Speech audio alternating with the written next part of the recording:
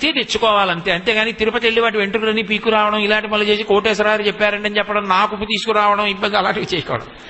కాబట్టి ఏనుగు వెంట్రుక దృష్టి దోషాన్ని నివారిస్తుంది. 2 చామరీ మృగం యొక్క వెంట్రుకలు, వాటిని కుచ్చు కట్టి స్వామివారికి సేవగా ఆ చామరం వేస్తారు. ఆ చామరీ మృగం యొక్క వెంట్రుకలతో కుచ్చు కట్టి వేస్తే భగవంతుడు కూడా ఉపశాంతి పొందుతాడు. అభిషేకం చేసినప్పుట ఆయనకి కూడా చెమట పట్టి చాలా బడలిక పొందుతట. అలంకారం చేసి చిట్ట చివర రాజోపచారాల్లో చామరం వేస్తారు.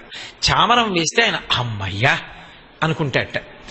అలా ఈ వెంట్రుకెక్కడిది దూష్యం కదా. మళ్ళీ వెనక్కి రండి, రాజుగారు అడిగినటువంటి సందర్భం దగ్గరికి రండి. ఇదేమిటి పూలదండలో వెంట్రుకెక్కడిది, ఇంత పొడుగు వెంట్రుక అని అడిగాడు. ఏదో చెప్పలేదనుకోండి, వీడి కంఠం ఉత్తరించండి అంటాడు. రాజులది ఉంది శాసనం కదా. అందుకని భయపడి ఆయన